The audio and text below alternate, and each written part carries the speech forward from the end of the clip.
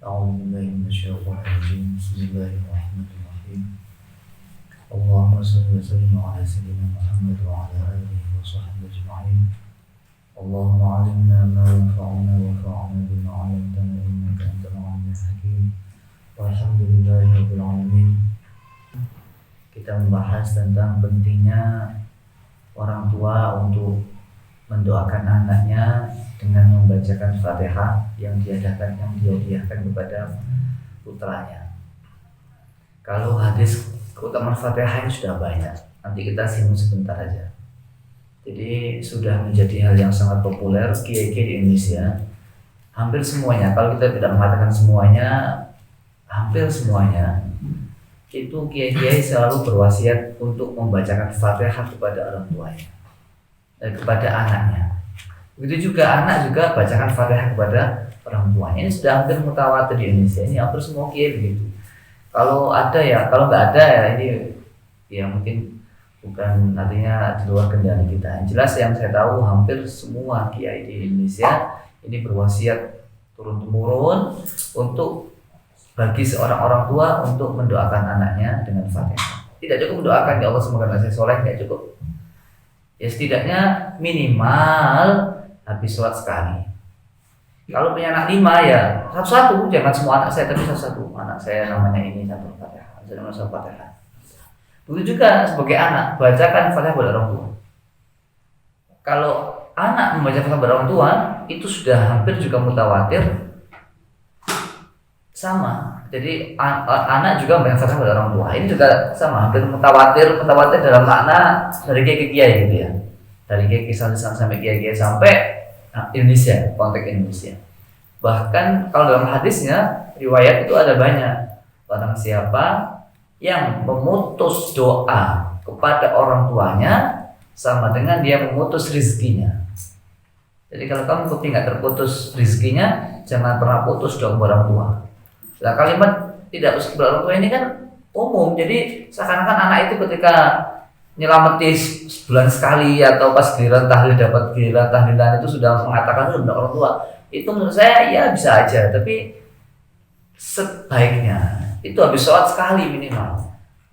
Ya, semakin banyak lebih bagus lagi tentunya. Ya kadang-kadang ini juga harus diperhatikan. Jadi habis sholat jangan sampai lupa, jangan sampai tidak membaca Fatihah kepada orang tua bagi seorang anak ini. Karena ini akan menjadi kebiasaan kita sampai dewasa kelak.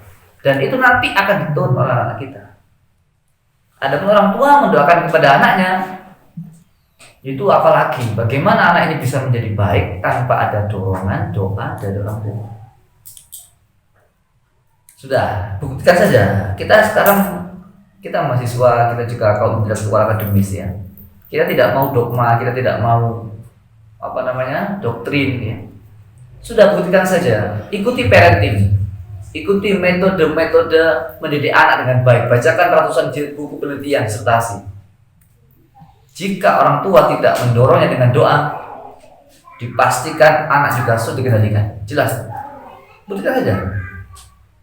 Meskipun nasihati nggak mempan. Anak nakal itu bukan karena dia nggak tahu, tapi hatinya bermasalah. Karena orang maksiat itu bukan karena dia nggak tahu, dia tahu, tapi hatinya pendorongnya itu dia tidak bisa mengendalikan kebaikan. Pendorong orang berbuat sesuatu itu hati, bukan otak. Otak itu hanya mengendalikan ketika berbuat. Bahan bakarnya itu hati. Kalau sudah bergerak itu mesin otaknya. Saya mau beribadah pada Allah. Bagaimana ibadah? Otak berfungsi. Sama orang maksiat juga sama. Saya mau maksiat. Gimana maksiat? Otak berfungsi. Gimana cara maksiat yang baik kan? Yang bisa menjadi aman, tidak ketahuan kalau mencuri. Nauzubillah. Ya, jadi ini menjadi penting, harus kita ketahui. Oleh karena itu doa orang tua ini sangat penting buat anaknya. Ada macam-macam doa orang tua kepada anak, ada banyak. Saya juga punya ijazah membaca Albar, ya itu 7 kali, Ar-Raqib 7 kali, Asy-Syahid 7 kali, lalu baca Inna Anzalnahu fi Lailatul di kepala. Insyaallah anak nurut. Kalau dalam kitab kemarin membaca ya Raqib 7 kali. Kalau anak dibacakan surat Al-Qadar ketika lahir, itu insya Allah dia akan zina seumur hidupnya. Anak baru lahir baca surat Al-Qadr, dititipkan di kepalanya, insya Allah nggak akan zina selamanya. Dan itu juga membuat anak pintar juga Al-Qadr. Tidak harus bayi juga, dewasa juga bisa. Tapi yang saya rasakan, kekuatan doa itu ada, satu, doa apa saja itu ada. Tapi ternyata Fatihah itu juga sangat ampuh sekali. Fatihah itu beda. Dibaca Al-Qadr sama Fatihah itu menurut Buya beda. Jadi ketika habis Fatihah, habis sholat Fatihah itu beda. Dengan ya mungkin ada kan intent nggak masalah. Mungkin kalau kita baca Al-Qadr ya habis sholat ya mungkin tapi boleh coba sama dia. Dicoba ketika ketemu diusahakan Al-Qadr. Tapi kalau nggak ketemu enggak. Kalau Fatihah nggak ketemu baca Fatihah itu bedanya di situ. Tahu maksudnya? Kalau Al-Qadr kan karena konteksnya kan di kepalanya. Jadi kalau nggak pas diem gini kan kita nggak mendoakan. Dan kan juga nggak mungkin setiap jam 1 harus ada Buya saya doakan kan nggak gitu juga. Dan kita juga saling ketemunya sehingga lupa nggak begitu intens. Sehingga ini juga mungkin kekuatannya juga beda.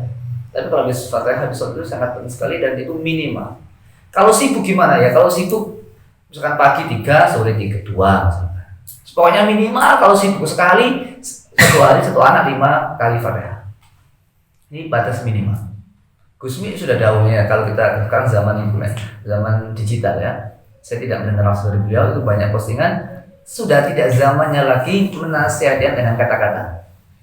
Bacakan Fatihah sehingga nur Al-Fatihah akan masuk ke dalam hatinya dan dia berubah menjadi orang baik. Syekhuna juga sama. Beliau ini berulang kali sering jangan sampai lupa bacaan Al-Fatihah di sholat. Itu juga wasiat beliau. Bagaimana anak ini bisa berhasil tanpa dorongan doa dari orang tua? Sangat sulit berhasil.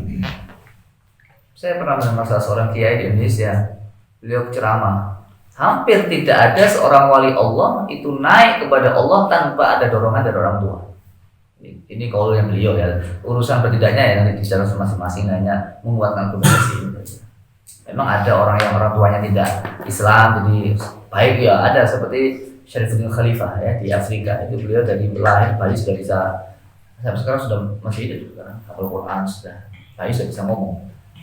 Ya, itu Syarifuddin Khalifah ada di Google ditelusuri ada sekarang sudah dewasa. Tapi itu kan minallah. Kesimpulannya adalah jangan sampai orang tua tidak mendoakan anaknya dan doa yang paling standar, yang paling mudah, yang sudah jelas terukur ya itu adalah Fatihah. Pada anak Fatihah. Hadisnya apa? Banyak sekali. Kalau hadis Sahih Bukhari, Sahih Muslim dan Ashabus Sunan itu sangat banyak sekali mengupas Al-Fatihah. Dan yang paling populer apa? Qasamtus sholata baina abdi nisfain kan gitu. Bila kalau bismillah, ya pusatnya Fatihah itu di mana? Iyyaka na'budu wa iyyaka nasta'in. Kalau hamba mengatakan iyyaka na'budu wa iyyaka nasta'in, Allah berfirman gimana? Hadza li wa li abdi masal. Ya. Hadza li abdi bukan li hadza li abdi wa li abdi masal. Sudah kan bismillahirrahmanirrahim majjadil abdi rabbil alamin azamul abdi ila akhirih ya dalam fil makna maksudnya dalam makna. Nah itu kalau ikan abdunya sudah ini bagi hambaku minta apa tak kasih. Maka kalau lagi iya kan abdunya ping 7. Kalau bikin desa iya kan abdunya lagi 7 iya kan abdu 7 kali insyaallah itu juga fadilahnya kuat sekali. Artinya lebih kuat daripada iya kan abdunya sekali. Jadi jangan sampai orang tua tidak mendoakan anaknya membacakan Fatihah. Lihat perubahannya. Testimoni aja, buktikan saja dalam waktu kurang dari 40 hari, 40 hari. Rutin Fatihah ada perubahan perilakunya dan seterusnya. Kalau perubahannya sedikit, tambah dosisnya 3 kali habis sholat. Bertambah pasti tambah baik. Kurang baik lagi, mau pakai lagi, tambah dosisnya 5 kali habis sholat. Jadi sehari 25 kali. Nah kalau mau bagus lagi, sekali duduk 49 kali. Jadi ketika iyyaka na'budu wa iyyaka nasta'in harus hadir hatinya. Boleh aja kita bismillahirrahmanirrahim kita la haula saha wala wa ghafalan lupa. Tapi ketika iyyaka na'budu wa iyyaka nasta'in bayangkan anaknya kalau kita orang tuanya apa yang kita inginkan dalam sholat jadi orang baik nurut bisa 40 hari. Hadisnya apa? Dalam Sahih Muslim disebutkan ini untuk Fatihah saya sebut satu aja karena ini banyak sekali. Kalau mengupas dengan Fatihah nggak bisa sangat banyak sekali. Dalam Sahih Muslim itu apa? Jadi ketika malaikat Jibril duduk dengan Rasulullah SAW, itu malaikat Jibril sami'a naqidhan min fawqih. Malaikat Jibril mendengar suara gemuruh, gaduh di langit. Malaikat Jibril Rasulullah sama mengangkat kepalanya ke langit, lihat. Kata malaikat Jibril kepada Rasulullah, ya Rasulullah, ini langit, pintu langit yang sebelah ini belum pernah dibuka. Hari ini dari dibuka. Dan ada malaikat yang turun, yang mana sebelumnya belum pernah turun ke bumi. Ya, memang khusus, nggak pernah turun. Turunnya baru sekarang ini. Apa? Maka turun ke Rasulullah dan mengatakan, ya Rasulullah, abshir binuraini. Wahai Rasulullah, tak kasih kabar gembira dengan dua cahaya. Cahaya Al-Fatihah dan cahaya akhir surat Al-Imran. Akhir surat Al-Baqarah. Tidaklah orang baca itu, maka apapun yang ia inginkan Allah akan ijabah. Akhir Al-Baqarah itu apa? Lillahi ma fis samawati sampai akhir. Jadi Al-Fatihah ini top sekali. Adapun khusfara tadi, kalau kita baca bismillah itu kita dialog dengan Allah. Iyyaka na'budu wa iyyaka nasta'in. Hadza li'abdi wa li'abdi masa. Minta apa dikasih sama Allah? 40 hari. Sebelum 40 hari ada perubahan. Sebelum 40 hari ada perubahan. 40 hari lah maksudnya. Ada perubahan. Ya, perubahan.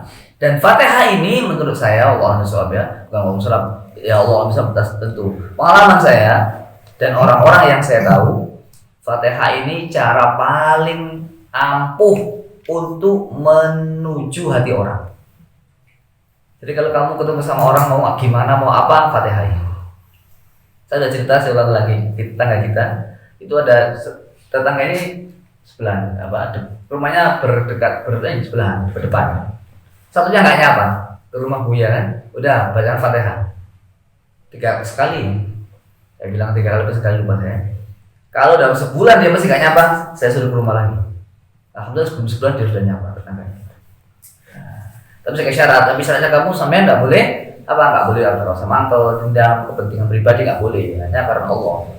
Sebelum sebulan sudah nyapa, sebelumnya nggak mau nyapa, disalami nggak mau nyapa. Bacaan Fatihah di sholat. Nanti kalau sebulan nggak nyapa ke rumah saya bilang, alhamdulillah sebulan udah Fatihah. Nah, jadi kita juga sibuk. Kalau mau menaklukkan hati orang, Fatihah. Mau ketemu sama siapa, Fatihah. Abah Widat itu juga pernah cerita waktu ngaji. Beliau itu waktu itu kepingin ketemu Gus Dur. Waktu beliau belum punya pesantren, mau bangun pesantren. Itu beliau antara Gresik sampai Jakarta itu Fatihah non-stop, nggak pernah tidur. Semua orang tidur di mobil, beliau nggak tidur. Fatihah tok. Itu beritanya nggak akan bisa ketemu Gus Dur karena Gus Dur lagi repot waktu presiden waktu itu. Dan beliau ada acara khataman, khatmul Quran diundang di sana. Nah, kesimpulannya apa? Akhirnya beliau bisa berjumpa dengan Gus Dur dengan Fatihah itu. Non-stop lagi Fatihah di mobil. Beliau cerita sendiri. Semua orang itu belum nggak tidur Fatihah terus udah ribuan itu udah. Nah, Fatihah ini sangat kuat. Tujuannya adalah untuk menaklukkan hati orang karena Allah. Ada orang keras, hatinya keras seperti batu, kita mau punya kepentingan baik misalkan. Fatihah ini. Ini pengalaman orang-orang yang saya jumpai dan pengalaman alhamdulillah itu nggak pernah meleset. Minta kepada Allah, yang penting niatnya baik. Dan ada cerita nyata, ini masih hidup orangnya. Ada orang tua, anaknya kuliah luar negeri. Ini setiap mau ujian orang tuanya Fatihah setiap malam 1000 kali. Setiap malam 1000 kali. Supaya anaknya berhasil mondok di luar negeri. Subhanallah. Setiap ujian anaknya selalu dapat ranking. Tapi jadi kalau pengen mau ujian apa, telepon orang tua. Saya mau ujian itu. Jadi anaknya ini setiap mau ujian telepon orang tuanya. Dan orang tuanya ketika telepon anaknya langsung bangun, langsung start, langsung Fatihah 1000 kali jam 2 malam. 1000 kali. Setiap malamnya cerita ibunya, setelah anaknya dan anaknya sudah prestasi anaknya. Soleh juga. Nah, oleh karena itu sudah nggak zamannya lagi kita itu main kalimat kata-kata marah-marah ya, dan kita juga mukul-mukul meja dan seterusnya. Sudah kita doa akan ada perubahan. Jadi jangan sampai anak itu tidak mendapatkan suplemen suplai doa dari orang tua. Doanya bagaimana? Al-Fatihah. Minta kepada Allah yang kita inginkan. Hadza li 'abdi wa li 'abdi mas'al. Iyyaka na'budu wa iyyaka nasta'in. Allah sudah bilang minta apa? Iya karena aku di Allah wa iya karena sa'an. Kepada Allah saya memohon. Kata Allah minta apa bilang? Anak saya ya Allah kasih. Maka kalau ada anak itu susah diatur, itu boleh jadi banyak sebabnya. Ya, jangan-jangan kurang doa dari orang tua. Insya Allah kalau kiai pasti mendoakan, kalau disuruh. Dia ngapain? Gak mendoakan, tujuannya supaya menjadi orang soleh. Jangan kan santrinya orang aja didoakan. Apalagi santri kan gak mungkin didoakan. Orang lain didoakan kan. Tetangganya didoakan, masa kan gak doakan. Sekarang tinggal orang tuanya dan anaknya. Maka dari itu seorang anak juga harus mendoakan orang tuanya, mendoakan gurunya. Itu sebelum terakhir ceritanya Syekh Buti ya, Syekh Buti dalam pengajiannya beliau cerita suatu ketika beliau kan mengajar hikmah Ibnu Athaillah As-Sakandari mensyarahi. Suatu ketika beliau gak paham dengan hikam itu, beliau gak sebutkan hikam yang keberapa, beliau gak paham salah satu hikam beliau belajar, pikir, gak paham juga. Ketika pengajian beliau dengan mudah mengatakan, ya kita lewati aja, saya gak paham. Tapi ketika beliau itu punya azam untuk menulis, kan beliau ngajar. Jadi ketika nggak paham ya beliau mengatakan udah kita lewati aja, saya belum paham. Tapi ketika beliau mensyarahi hikam dengan tulisan, itu beliau masalah itu muskilah. Ketika nyarahi pertama, kedua, ketiga, lah sampai hikam itu beliau pusing juga. Kan nggak mungkin nyarahi hikam saya belum paham kan gitu. Beliau juga bingung beliau waktu ya apa ini? Kan nggak mungkin saya tulis begitu di buku saya. Nah, akhirnya suatu ketika beliau bingung juga harus belajar, harus sudah minta sama Allah petunjuk. Akhirnya suatu ketika beliau ini ziarah ke Mesir. Ada acara utama, ada acara seminar kan kita ya, ada acara simposium konferensi internasional, beliau ngisi di situ. Dan akhirnya beliau diberi Allah kemudian untuk ziarah ke makamnya Syekh Abdul As-Sakandari. Akhirnya beliau di situ munajat sama Allah, baca Quran, minta kepada Allah berikan saya futuh kemudian untuk bisa memahami hikamnya beliau. Ternyata subhanallah ketika beliau pulang dengan mudah beliau sampai bisa mensyarahi 10 halaman itu sekali duduk. Sehari itu 10 halaman langsung disyarahi kita. Ini jadi hubungan batin itu sangat penting sekali. Maka nggak etis, tidak pantas, tidak layak seorang santri, seorang murid, seorang alim, ilmuwan mengatakan saya bisa segalanya, saya bisa mensyarahi, tidak bisa. Ini benar min Allah. Jadi beliau min Allah kan nggak mungkin, nggak pantas kita sombong, itu min Allah. Andai kalau nggak kasih nggak bisa. Oleh karena itu semua itu dari Allah, maka kita minta kepada Allah. Dan cara yang paling tepat, yang paling bagus, nggak bisa kita lewati adalah dengan berdoa dan mendoakan. Maka sebagai santri kalian jangan sampai kemudian mau baca buku yang penting-penting yang nggak paham, nggak fatihah pada mu'alifnya. Saya juga pernah membaca bukunya Syekh Buti, saya masih ingat judulnya Al-Mar'ah. Nggak paham, tanya. Kan satu asrama kan banyak orang-orang Arab dari S2 juga ada. Saya tanya orang ini, jawabannya beda. Tanya ini, jawabannya beda semuanya. Kok beda semuanya? Dan saya nggak merasa, ya kena apa kita itu nggak merasa pas dengan mereka. Udah saya masih ingat ini Fatihah ini. Saya pernah Syekh Buti, saya ingat saya 3 kali begini. Hanya 3 kali aja. Fatihah. Apa sekali ya? Itu bawahnya saya Fatihah ini. Subhanallah, langsung. Saya yang buka itu saya paham langsung, alhamdulillah. Langsung ini alhamdulillah bukan saya. Jadi ini juga rahasia juga. Maka di pondok dulu alhamdulillah langsung binikmah. Sebelum saya hafal alfiyah, mesti saya fatihah kepada mu'alifnya, mesti itu. Mesti. Jadi kepada mu'alif saya hafalkan Quran. Saya pakai alfiyah. Alhamdulillah dulu pertama kali juga saya juara 1 juga. Nah, jadi sama semua Quran hafal fatihah pada gurunya, pada orang tuanya. Ini ada berkah di situ. Maka dari itu sebagai anak jangan sampai lupa untuk mendoakan orang tuanya. Yang paling mudah sih mesti belajar Al-Fatihah. Udah maksudnya apa? Kalau kita mendoakan ya Allah semoga orang tua saya sehat baik, kan panjang lebar terus dan banyak itu ya. Dan itu pun kalau ingat, kalau enggak ya Al-Fatihah. Jadi barokah Fatihah itu sangat luar biasa. Itu umul kitab. Dan itu adalah dalam sebuah kisah lain kan disebutkan tidak Allah turunkan kehebatan Fatihah pada Nabi sebelumnya dan tidak pada kitab Taurat dan kitab Injil. Adanya hanya di Al-Quran dan pada Rasulullah SAW. Kehebatan Al-Fatihah itu. Maka Al-Fatihah itu sudah sangat layak untuk dijadikan doa. Maka kalau di Indonesia apa? Habis doa Al-Fatihah. Di Arab tidak gitu. Ada di Indonesia. Nah, karena kehebatan Al-Fatihah. Habis itu ada Al-Fatihah Indonesia. Ya Ahmad Pasuruan itu amalnya apa? Setiap hari nggak lepas tadi baca Fatihah 100 kali. Ya. Kalau kalian baca Fatihah 100 kali, beliau mengatakan kamu akan melihat keajaiban banyak di dalam hidup. Fatihah 100 kali. Apa yang kita inginkan haji yang kita kerja 100 kali Fatihah. akan berubah. Coba 40 hari ada perubahan. Tapi kalau sudah berubah ya jangan stop terus, tapi harus karena Allah ya. Paham ya? Jadi Fatihah. Tapi kalau nggak bisa 100 ya paling tidak ya orang tua sehari 1 itu minimal. Kalau nggak baca Fatihah wah kacau. Kita sama istri, kamu punya istri sama, padahal istrimu itu Fatihah. Insya Allah biar harmonis. Coba aja kan, tadi Fatihah jelas tuh, dikit-dikit ngamuan berantem, beda pendapat, nggak sama pikirannya. Paham ya? Iya Fatihah. Ini insya Allah betul. Untuk menyambung hati itu Fatihah. Kamu kepin di kampung diterima Fatihah maksud kamu Fatihah bersumpah kamu Fatihah ini. Mau ketemu kepala desa, kamu takut Fatihah kepala desa. Nah, jadi oleh karena itu sebagai anak jangan sampai lupa untuk membacakan Fatihah kepada orang tua. Ini harus. Dan sebagai orang tua juga jangan sampai lupa untuk tidak membacakan Fatihah kepada anaknya. Nah, harus ya minimal sekali. Apalagi mondok anaknya, aduh nggak bisa makan. Iya ibu mesti kejam masih banyak takziran juga banyak melanggar. Itu juga bisa jadi karena kurangnya kekuatan asror doa dari orang tua baca Fatihah. Ya. Saya kira demikian, bermanfaat dan semoga kita semuanya dikumpulkan oleh Allah SWT dalam ridhonya, dalam surganya Allah dan dikumpulkan bersama orang tua guru-guru kita dan kita semua Allah di akhir kalam kita dengan la ilaha illallah Muhammadur Rasulullah.